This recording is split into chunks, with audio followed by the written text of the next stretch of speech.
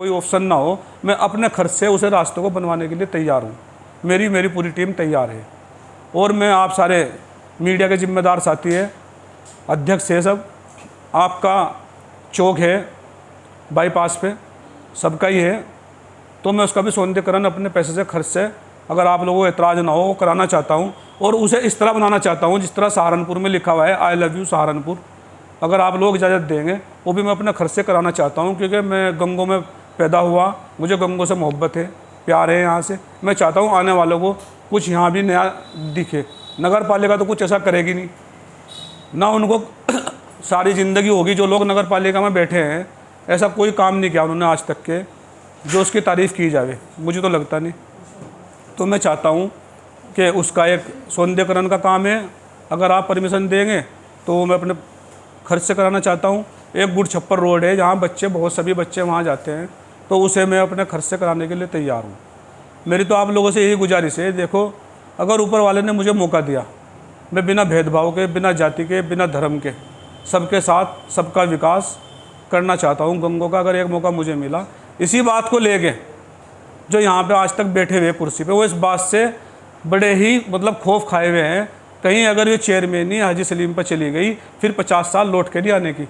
वो चाहते हैं भारतीय जनता पार्टी जीत जाए, क्योंकि अगले 5 साल में ये सलीम विपक्ष में खड़ा नहीं रहेगा, ये टूट जाएगा। और फिर दोबारा मैंने जितने मुसलमान हैं ये सब मेरे पास आ जाएंगे। एक 5 साल का मौका अगर भाजपा को मिलता है तो मिल जाए, अगला फिर मैं इनसे चेयरमैनी छीन सकता हूँ। उसको खतरा इस बात से है कि अगर यहाँ चेयरमैन हम बनते हैं तो हटके फिर तुम्हें मौका दोबारा नहीं मिलेगा। जो बाकी लोग हैं, जब उनको लगेगा कि गंगों में विकास हो रहा है, गंगों में अच्छा काम हो रहा है, तो फिर सब छोड़ के आ जाएंगे। जब उन्हें लगेगा एक नई चीज़ आ रही है, हम तो गंगों का विकास चाहते हैं, विकास कराना चाहते हैं, चाहे वो पानी की निकासी है, चाहे वो सड़क है, चाहे पानी की समस्या है, चाहे वो लाइट की समस्या है, जो भी समस्या है उसे हम दूर करने की पूरी 100% कोशिश करेंगे। शिक्षा है, चिकित्सा है, इसको हम यहाँ पे कोशिश करेंगे कि बच्चों को 10वीं तक फ्री शिक्षा दी जाए। ये हमारा एक प्रोजेक्ट है कि गंगों में शिक्षा के लिए भी कुछ होना चाहिए। आज तक जितना भी यहाँ शिक्षा का काम हुआ, इनका कोई सहयोग नहीं रहा। वो हमारे जितने भी गंगों में बनिया समाज है, अग्रवाल समाज है, चाहे शोभित इंजीनियरिंग कॉलेज ले लो, वो उनकी देन है। यहाँ पे डिग्री कॉलेज है, पुरनमल डिग्री कॉलेज है, वो बाबूजी की है, सबको पता है। HR इंटर कॉलेज है, वो सब इनकी देन है। आर्य कन्या इंटर कॉलेज है, वो सब इनकी देन है। हमें एक बता दें, एक हीरोज स्कूल इनके अंडर में था, आज उसका हालत देख लो क्या कर दिया इन्होंने। ये नहीं चाहते यहाँ के मुसलमान खास तौर से हमारे बच्चे पढ़ लिख के शिक्षा लेके कामयाब हो, ये बिल्कुल नहीं चाहते इस बात को लेके। तो शिक्षा के लिए, चिकित्सा के लिए गरीब आदमी को क्या चाहिए, बच्चों के लिए शिक्षा फ्री हो जाए, दवाई का इंतज़ाम हो जाए, बाकी 2 वक्त की रोटी का तो आदमी दाल रोटी का इंतज़ाम कर ही लेता है। तो हमारा ये है कि शिक्षा चिकित्सा ये बहुत ज़रूरी है, इस पे हमें जागरूक होना चाहिए, इस पे हमें ध्यान देना चाहिए, और इस पे हमें जो जिम्मेदार लोग हैं कस्बे के, इस पे ज़्यादा से ज़्यादा मेहनत करनी चाहिए।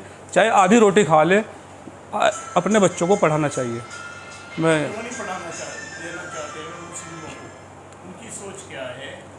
उनकी सोच ये है, अगर ये अनपढ़ रहेंगे, हम इनका बेवकूफ़ बनाते रहेंगे, इनको बरगलाते रहेंगे, कभी बीजेपी का डर दिखा के, कभी आज देख लो हिंदुस्तान आज़ाद हो गया 1947 में, लेकिन गंगो आज भी आज़ाद नहीं हुई।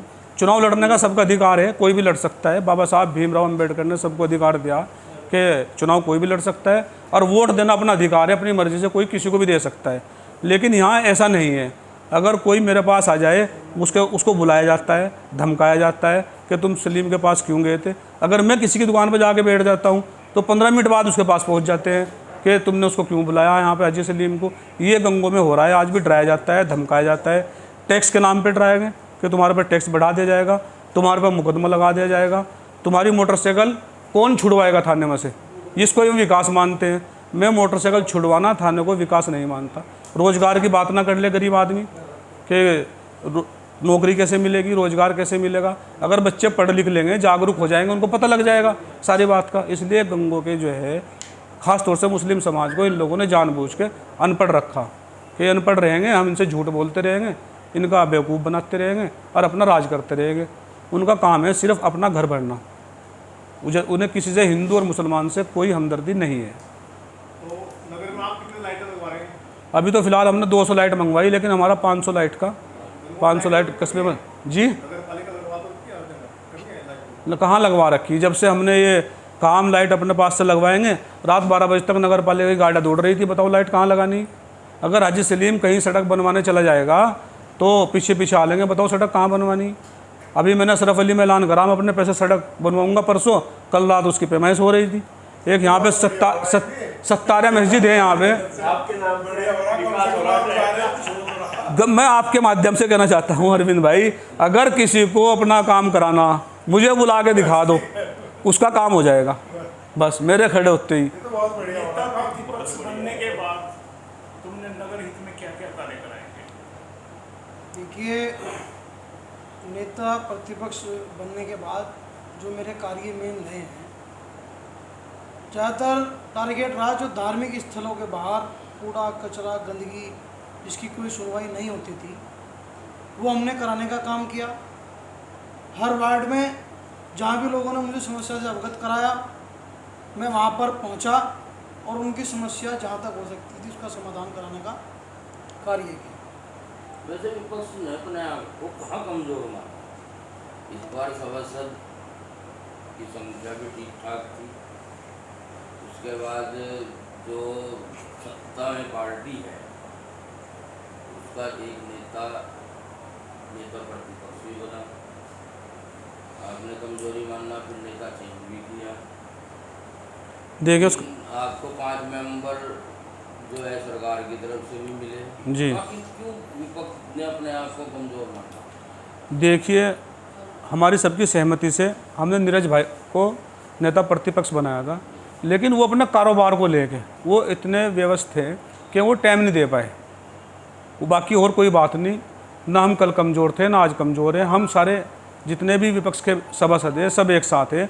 और पहली बार महसूस होया होगा गंगों में कि नेता प्रतिपक्ष कैसे होता है। विपक्ष का आप देख रहे होंगे, जितने इस बार हमने मुद्दे उठाए, हमने नगर पालिका को घेराव करने का काम किया, आज से पहले किसी ने हिम्मत नहीं जुटाई। ये हमारी एकता की ही बात है। एकजुट होकर हमने जितने भी यहाँ गंगों में काम आज हो रहे हैं हमारे, यूँ मान लो आप, उनको ये डर सताता है कि ये विपक्ष के नेता यहाँ धरने पर न बैठ जाए, यहाँ ये प्रदर्शन न करने लगे। तो आज तक इससे पहले तो कभी हुआ नहीं। पहली बार इतना विपक्ष मजबूत है यहाँ से कि आज रात को सो नहीं पा रहे, रात की नींद दिन का चैन सब उड़ा हुआ है उनका। और जहाँ तक मुझे लगता है अब हम जीत की तरफ जा रहे हैं।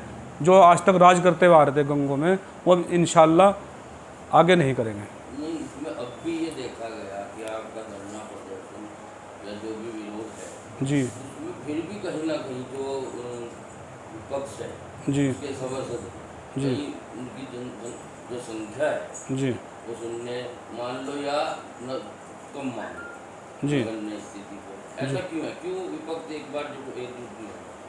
नहीं, जितने भी हम विपक्ष के सभासद हैं सब एक है और सक्षम है अपना काम कराने में। ऐसा नहीं है कि हम कमज़ोर हैं। आज तक जितने भी हमने काम करा दिए नगर पालिका के, आज इससे पहले तो कभी हुए नहीं। उनके सामने तो हिम्मत ही नहीं होती किसी की वहाँ जाके सामने बोल ले और धरना दे ले। पहली बार ऐसा हुआ कि सवाल ये है कि जैसे जी। मान लो धरना प्रदर्शन हुआ, जी पूरा विपक्ष से एकजुट होकर क्यों नहीं वहाँ पर? ये सारा विपक्ष एक साथ है अरविंद भाई। कोई ऐसा रहा हो कि कोई अपने काम में बिजी रहा हो, ऐसा तो है नहीं कि अलग अलग है सब। कोई मतभेद नहीं? नहीं, कोई मतभेद नहीं है हमारे में। चलो, आपको बधाई। जी ये कार्य कभी जनहित से जुड़ा हुआ है।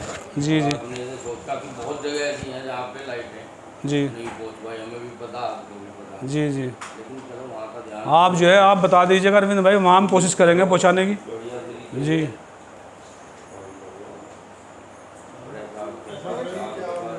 आप ये बताओ अरविंद भाई, जितने कर्मचारी थे यहाँ से, ये तो वैसी बात हो रही, उनकी तनख्वाह आज उनके अकाउंट में जा रही।